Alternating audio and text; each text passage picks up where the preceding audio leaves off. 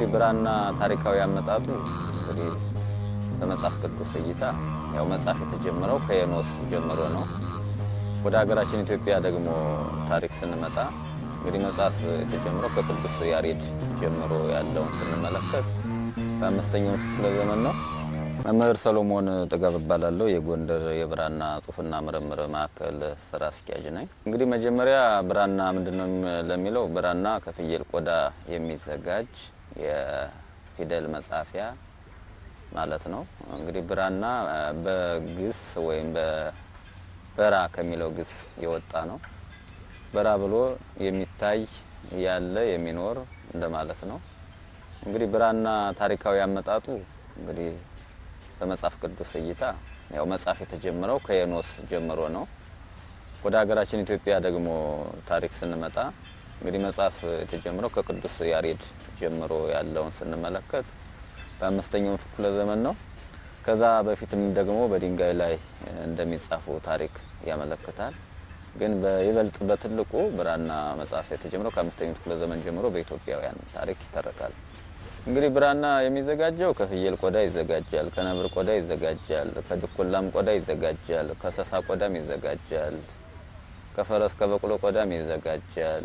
ከፍየል ከድኩላ ከሰሳ ቅዱሳን መጻሕፍቶች የሚጻፉበት ታሪክ ነገስታት የሚጻፉበት መጻሕፍት ነው። እንደዚሁም ደግሞ ከነብር ከአንበሳ የምንላቸው የጥበብ መጻሕፍት የሚጻፉበት ነው። ከእንደዚህ ቆዳዎች ይዘጋጃል።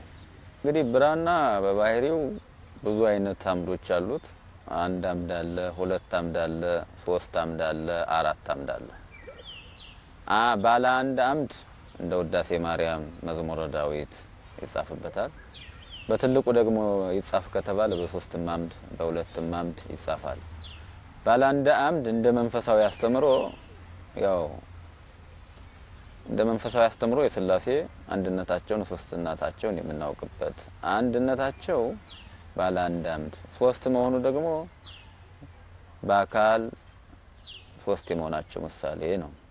ተመልሶ ደግሞ ባለ አራት አምድ ማለት በወንጌላውያን ይመሰላል። ወንጌላውያን በአራቱ ማዕዘን የማስተማራቸው ምሳሌ ነው። በአራቱ ወንጌላውያን በአራቱ ወቅቶች ይመሰላል። በአራቱ ወቅቶች ደግሞ የተመሰለው በአራቱ ማዕዘኖች ሰሜን፣ ደቡብ፣ ምስራቅ በሚባለው ይመሰላል። ስለዚህ የዚያን ምሳሌ በማድረግ በዚያ ይጻፋሉ። ወደ ጥበባዊ ዓለማዊ ደግሞ ስናስበው ባለ አንድ አምድ፣ አሁን ይሄ አንድ አምድ ነው። ሁለት አምድ ማድረግ ይቻላል፣ ሶስትም አምድ ማድረግ ይቻላል። አሁን ይሄ ግማሽ የብራና ቆዳ ነው። ለምንድን ነው ባለ አንድ አምድ? ፊደላቱ ከበዛ ቃለ እግዚአብሔሩ ከበዛ በዚህ በሶስት አምድ እናደርገዋለን። ሶስት አምድ ያደረግነው ማለት ሶስት ገጽ ማለት ነው። በአንድ ገጽ ሶስት ገጽ፣ በሁለተኛው ስድስት ገጽ እንደማለት ነው። ባለ አንድ አምድ ሲሆን ደግሞ አንድ ገጽ ብቻ ማለት ነው። የቦታም እንትን አለው ማለት ነው። ስለዚህ ባለ አራት አምድ ስንክሳር፣ ግብረ ሕማም፣ ወንጌል፣ ታምረ ማርያም ይጻፍበታል። እኒህ መጻሕፍቶች የሚጻፉበት አንደኛ ብራናን ለመቀነስ በአንድ ስናደርገው ብዙ ብራና ስለሚፈጅ ከዚያም አንጻር ለዛ ነው። እንግዲህ ብራና ላይ መጀመሪያ እንግዲህ ብራና ብዙ ስሞች አሉት።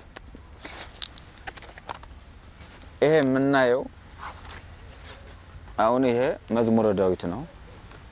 አንድ ብራና ሲጻፍ መጀመሪያ ማስመር ያለው ፍኖት አለ፣ ሲራክ አለ፣ ምስማክም ይባላል። አሁን ይሄ የተሰመረበት ይሄ ውጉ ሲራክ ይባላል። ሁለተኛ ደግሞ ውጉ አልፎ የሚሄድበት መንገዱ ፍኖት ይባላል።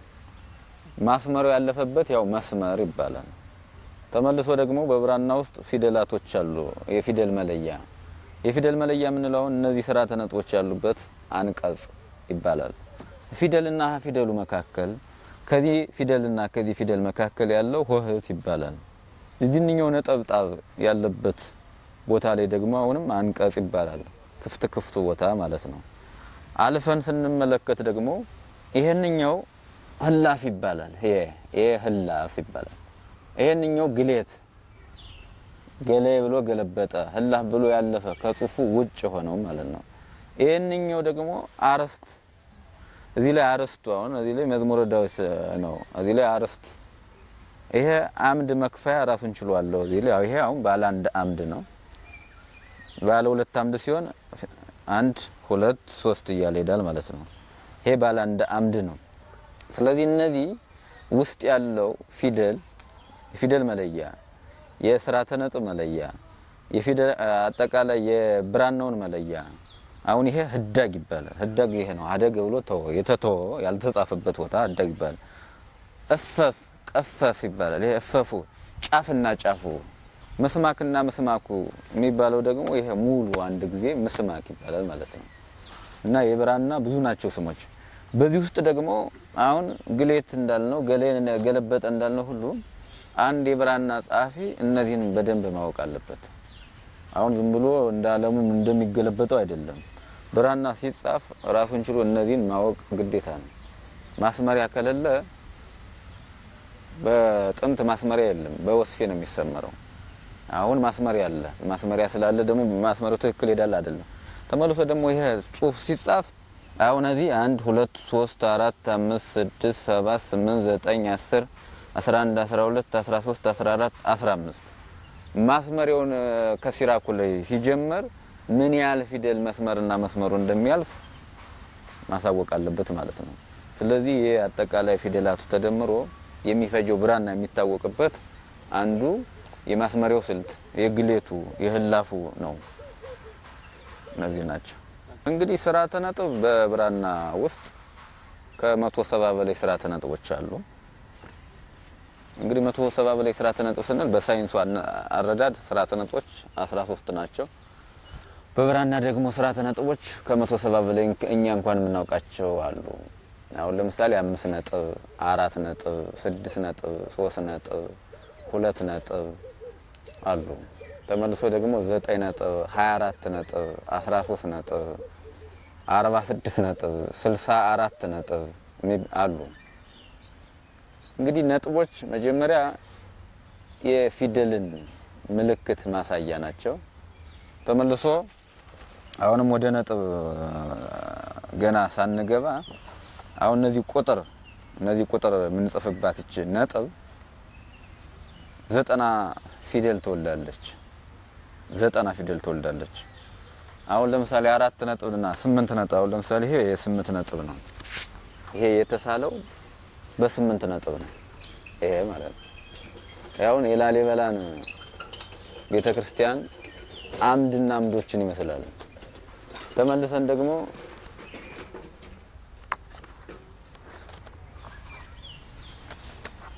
ይሄ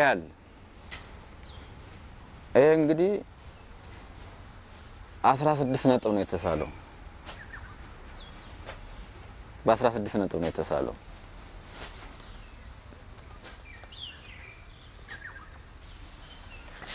ይሄ አለ ደግሞ ይሄ አሁን 14 ነጥብ ነው።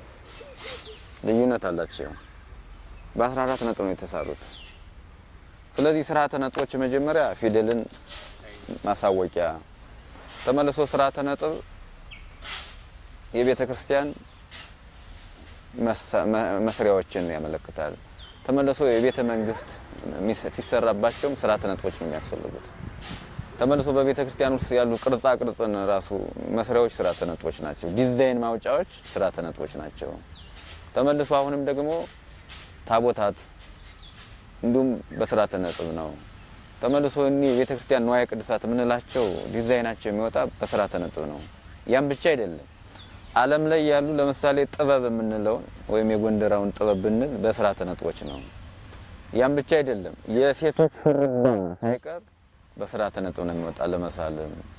እኚህ ስርዓተ ነጥቦች ትልቅ ሚና አላቸው በብራና ጽሑፍ ውስጥ። ተመልሶ ስርዓተ ነጥቦች አሁን 4 ነጥብ ያረፍተ ነገር መክቻ ነው፣ ማጠቃለያ ነው በሳይንሱ። በእኛ ደግሞ ከ4 ነጥብ ላይ አብይ ነጥብ ይባላል። 8 ነጥቦች አብረው ይጨመሩበታል። ያ ማለት ምንድነው? ከዛ በኋላም ሌላ ሀሳብ አለ ለማለት ነው። ግን ያ 8ቱ ነጥቦች ደግሞ ተደምረው አንድ ላይ ጥቁርና ቀይ ናቸው። ቀዩም ይሁን ጥቁሩ ሀሳቡ ተደምረው ተጨምቀው መጨረሻ ላይ ምስል ይሰራሉ። አንድ ፊደልም አንድ ላይ ተሰክቶ መጨረሻ ላይ ምስል አካል እንደሚፈጥር ሁሉ ስርዓተ ነጥቦችም እንደዛ ናቸው። እንግዲህ ብራና ውስጥ ያሉ ጥበቦች መጀመሪያ ሐረጋት አሉ። ሐረግ በስርዓተ ነጥብ ይመጣል። እንግዲህ ሐረግ ማለት ገመድ ማለት ነው። ሐረግ የትውልድ ሐረግ አለ፣ የስም ሐረግ አለ፣ የታሪክ ሀገር አለ ሐረግ አለ። እንዲሁም ደግሞ ተመልሶ አበሉ፣ ወርቁ፣ የሹርባው፣ የጥበቡ አጠቃላይ ያኩፋደው ሁሉ ይሄ ሐረግ ነው። ይሄ ሐረግ አንድ ገመድ ነው። በመጽሐፍ ቅዱስ ግን ሲተረጎም ሁሉ የአዳም ዘር ነው። ሁሉ የአዳም ዘር ነው። ግን የተለያየ ቀለም መኖሩ ደግሞ ሰውም የተለያየ መልክ እንዳለው ለማመልከት ነው። ተመልሶ ሐረግ ራሱን ችሎ ሐረግ እንግዲህ ሐረግ ምስል ነው፣ አንድ ገመድ ነው። አሁን እዚህ ላይ የመስቀል ምልክት የሚመስል አለው። ይሄ የመስቀል ምልክት አበባ አለው። አበባው እንጨትን ያመለክታል። መስቀሉም ደግሞ ከእንጨት እፀ መስቀል አው ለምሳሌ አለ ጌታችን ኢየሱስ ክርስቶስ የተሰቀለበት እፀ መስቀል ነው። አበባዎቹ የሚያመለክቱት እነዚህ አጽዋቶች አድገው ወዲያ በኋላ ካደጉ በኋላ እንትን ማለቱን ነው። ያ እንጨት አንድ ነው፣ አንድ ዛፍ ነው። ሐረግም ደግሞ አንድ ገመድ ነው። የተለያየ ቀለም ቢኖረውም አንድ ዛፍም እስከሚያድግ ካደገ በኋላ ያሉ ቅርንጫፎች የተለያየ መልክ እንደሚኖራቸው ሁሉ ሐረግም የተለያየ መልክ አለው። ስለዚህ ሐረጋው ለምሳሌ በ8 ነጥብ የተሳለ ሐረግ ነው። ላሊበላን ብንወስድ በዚህ የተሳለ ነው። እንዲሁም ደግሞ የጎንደር ቤተ መንግስት የምናየው ቤተ መንግስትም በስርዓተ ነጥብ እና በሐረግ የተሳለ ነው። መቼም የዛን ጊዜ ኢንጂነር መጥቶ እንዲያርጋችሁ ስሩት ብሏቸው አይደለም። በዚህ በሐረግ ስዕል የተሳለ ነው። እንግዲህ ሐረጋት ብዙ ናቸው። በሐረግ ዙሪያውን አጠቃላይ ዓለም ሁሉ ያለው ቤተክርስቲያኗ ሐረግ ናት። ጥበቡ ሐረግ ነው። ሹርባው ሐረግ ነው። በ3ም በ6ም በ7ም ቢጎነጎን ሐረግ ነው። ይህ ሐረግ አንድ ጸጉር ነው እንጂ 10 ጸጉር አይባልም። ወይም አንድ ሰው ነው እንጂ 2 ሰው አይባልም። ሐረግም አንድ ገመድ ነው። ያ ገመድ ግን ሲተረተር ከብዙ ይሄዳል። ይሄ ገመድም አንድ ገመድ ብዙ አይነት መሆን እንደሚቻል ለማመልከት ሐረግ እንጠቀማለን። ስለዚህ ሐረግ ቤት ይሰራል። ሐረግ አብል ይሆናል። ሐረግ ወርቆችን አንጥረው በሐረግ ይሰራሉ። ብርን አንጥረው በሐረግ ይሰራሉ። ለጌጣጌጥ ይሆናሉ። ወደ አርቱ አጠቃላይ ደግሞ ቤተክርስቲያን ከመስራቱ በፊት ሐረግ ካርታም ይሆናል። መቼም እንግዲህ ካርታ አንዱን ሀገር የሩቁን አቅርቦ የሚያሳይ ማለት ነው። ሐረግም ደግሞ የሩቁን አቅርቦ ያሳያል ማለት አሁን አንድ ገመድ ወይም አንድ አብል አምጥተነው ምን መልእክት እንደሚያስተላልፍ የምናሳውቅበት ሐረግ ነው። ስለዚህ ሐረግ የምታዩቸው አጠቃላይ ሐረግ ናቸው። የቤተ ክርስቲያን ሐረግ አለ። ንዋየ ቅድሳቶች ራሱን ችለው ሐረግ ናቸው። እና ይሄን ሁሉ ያስተማረች ደግሞ ያው ቤተ ክርስቲያን ናት። መሰረቱ ይሄ ሁሉ ጥንት መሰረቱ ቤተ ክርስቲያን ናት። እና ቤተ ክርስቲያን ደግሞ ለዓለም ያበረከተችው ትልቅ አስተዋጽኦ በተለይ ለኢትዮጵያ የኢትዮጵያ ታሪክ እንዲነሳ የኢትዮጵያ ባህል ወግ እንዲነሳ ቤተ ክርስቲያኗ ትልቅ ሚና ተጫውታለች። በዚህ መንገድ ሐረግ ማንነትን የምናውቅበት የምንረዳበት ወግ ባህላችን ታሪካችን የተሰነደበትን የምናውቅበት ሐረግ ነው። ያ ሐረግ የትውልድ ሐረግ አለ። አሁን አንድ ሰው ከሌከሌን ወለደ የትውልድ ሐረጉ ይሄ ነው ይባላል። ተመልሶ አንዱ ገመድ አሁን አንዱ ዛፍ ብዙ ቅርንጫፍ እንዳለው ሁሉ የሐረግም ብዙ ቅርንጫፍ አለው። እንግዲህ ከሐረጉ ላይ አበባ የሚደረግበት አበባው ከረገፈ በኋላ እንደገና ተመልሶ እንደሚወጥ ያን ሁሉ ለማመልከት ነው። ስለዚህ እነዚህ ሁሉ ሐረጋት ትልቅ ጥበብ የምንቀስምባቸው ናቸው። እንግዲህ ሐረግ በምን ነው የሚገለጽ? በመሶበ ወርቅ ይገለጻል። አሁን መሶበ ወርቅ ድምቀት ባለው መልክ የተጌጠ ነው። እንግዲህ መሶበ ወርቅ ውስጥ ደግሞ የሚበላው አለ፣ ከላይ ደግሞ ያለው ክዳኑ አለ፣ ከታች ያለው መቀመጫው አለ። የሚበላውን ስናይ ያ ሐረግ የተባለው ቅድም እጽዋት ነው ብለናል። እጽዋት ገና በአበባ በሐረጋቸው አይተን መጨረሻ ላይ ፍሬ እንደሚሰጡ ስናመለክት በመሶብ ውስጥም ያለው ውስጡ የሚበላ እንዳለ ሁሉ ያንን ያመለክታል። ተመልሶ ሐረግ በምን ይገለጻል? በአርት ወይም በዲዛይን ይገለጻል። አሁን ለምሳሌ ይሄ ቤተ መንግስት አንዱ ሀረግ ነው። እንዴት ብሎ ነው ሀረግ የተለያየ አለ። እንቁላሉ ቅርጽ አለው። ታች ሹርባ ቅርጽ አለ። አሁን ሹርባ ቅድም ሀረግ ነው ይያል። የሹርባ ሁሉ ቅርጾች አሉ። የምንመለከታቸው የሹርባ ቅርጽ ያላቸው ናቸው። ሹርባ ስለሆነ ነው። አሁን ለምሳሌ ቅድም ሀረግ ሹርባ ቢሆን ሁሉ መገለጫዎች። አሁን እነዚህ ምስል ናቸው። አሁን ሀረግ ምስል ነው። ምስል አይተን አሁን የክብ እንደሆነ በዚያ ውስጥ ያለውን ሁሉ ሀረግ እንገልጽበታለን። እነዚህ መገለጫዎች ናቸው። አሁን ይሄ እንቁላል ቅርጽ ነው። ላው ውስጡ መግቢያ አለው። እንቁላል አንዳንድ ጊዜ ያለ ምሳሌ ናት ይላሉ። እንቁላል ያለ ምሳሌ ናት። ግን ተመልሶ ደግሞ በሀረጋውን ይሄ በስል ነው የምናየው። አሁን ደግሞ በአካልም እያየነው ነው። ሀረግ ላይ ያለው ጥበብ ለዚህ ጥበብ ምክንያት እሱ ነው መገለጫው ማለት ነው። ተመልሶ አሁን ማዶ በር በላይ ያለው እንትን ሀረግ ነው። ያ ቅርጽ ነው የሾርባ ቅርጽ ያለው የሚመስል ይሄ ጉንጉን ሀረግ ነው። ይሄ ሀረግ የሰው ማንነት አሁን አንድ ሰው ቅንጭላቱ ላይ ያለው ሙሉ ክብ ነው። ግን ጸጉር ያለው ሰው ደግሞ እያንዳንዱ መልክ የሚያበጅበት ያ ጥበብ ምስል ሀረግ ነው። እንግዲህ ሀረግና ሀገራዊ ፋይዳው ሀረግ ተፈጥሮ የተመለከትነው ከእጽዋት ነው። ገና ሰው ሳይፈጠር እጽዋት ተፈጥረዋል። በመጽሐፍ ቅዱስ እይታ ገና የሰው ልጅ ሳይፈጠር እጽዋት ተፈጥረውለታል። ኋላ ሰው እኛን ተመልክቶ ነው መልክ ስል እያዩ የሚመጣቸው ማለት ነው። እነዚህ እጽዋት ደግሞ ሀረግ የሚሆኑ አበባቸውን ሲመለከታቸው ቅርጻቸውን ሲመለከታቸው ሀረግ እና ደግሞ ለዚህ ዓለም ደግሞ ትልቅ ፋይዳ ያደረገው ነገር ቅርስን እንዲጠብቅ አድርጓል። ጥበብ እንዲማርባቸው አድርጓል። ለምሳሌ ፊደል ራሱ ሀረግ ነው። ፊደል ሀረግ ነው፣ ምክንያቱም የሚታይ ነው። አሁን እሳቱ ሰና ንጉሱ ሰ ይባላል። እሳቱ ንጉሱ ሰ ለምሳሌ ስንዴ፣ በቆሎ፣ ምሳሌ በዛ ነው። እነዚህ አሁን ትልቅ ጥበብ አሻራላቸው። አሁን ለሀገራችን ትልቁ ፋይዳው የሀገራችን ፊደል አላት አይደል? ይሄ ፊደል ከዓለማት ተለይታ የራሷ የሆነ ፊደል አላት። ያ ፊደል ራሱ ሀረግ ነው። ጥበብን፣ ዕውቀትን፣ ፍልስፍናን፣ ምህንድስናን አምጥቷል ሀረግ።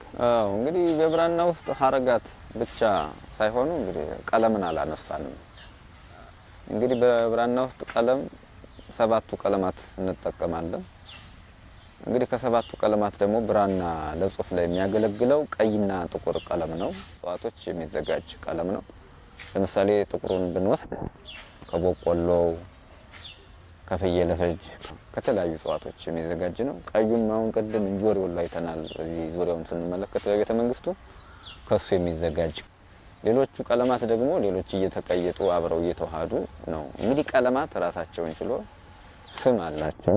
እንደ ታሪክ ብንወስድ እንግዲህ በብራና ላይ የተጻፈ ቋንቋ የተጻፈ በግዕዝ ቋንቋ ነው።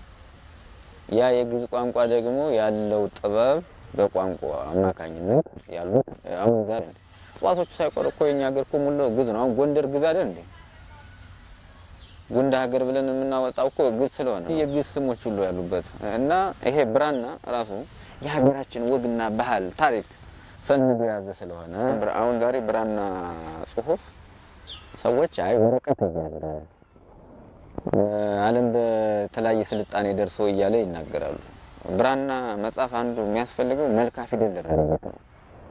አሁን ስለ ፊደል ተናግረናል። ዛሬ ተሞከሳያት ፊደላት የሚባሉ አንድ አይነት ፊደል በልሳን አንድ አይነት ልሳን ያላቸው ፊደል ለምሳሌ ሀ 3 አለ፣ 2 አለ፣ 2 አለ፣ 2 ሳ አለ። እነዚህ ተሞከሳያት ፊደላቸው መልካቸው ለይተን እንድናውቅ የሆነ በብራና ጽሁፍ ነው።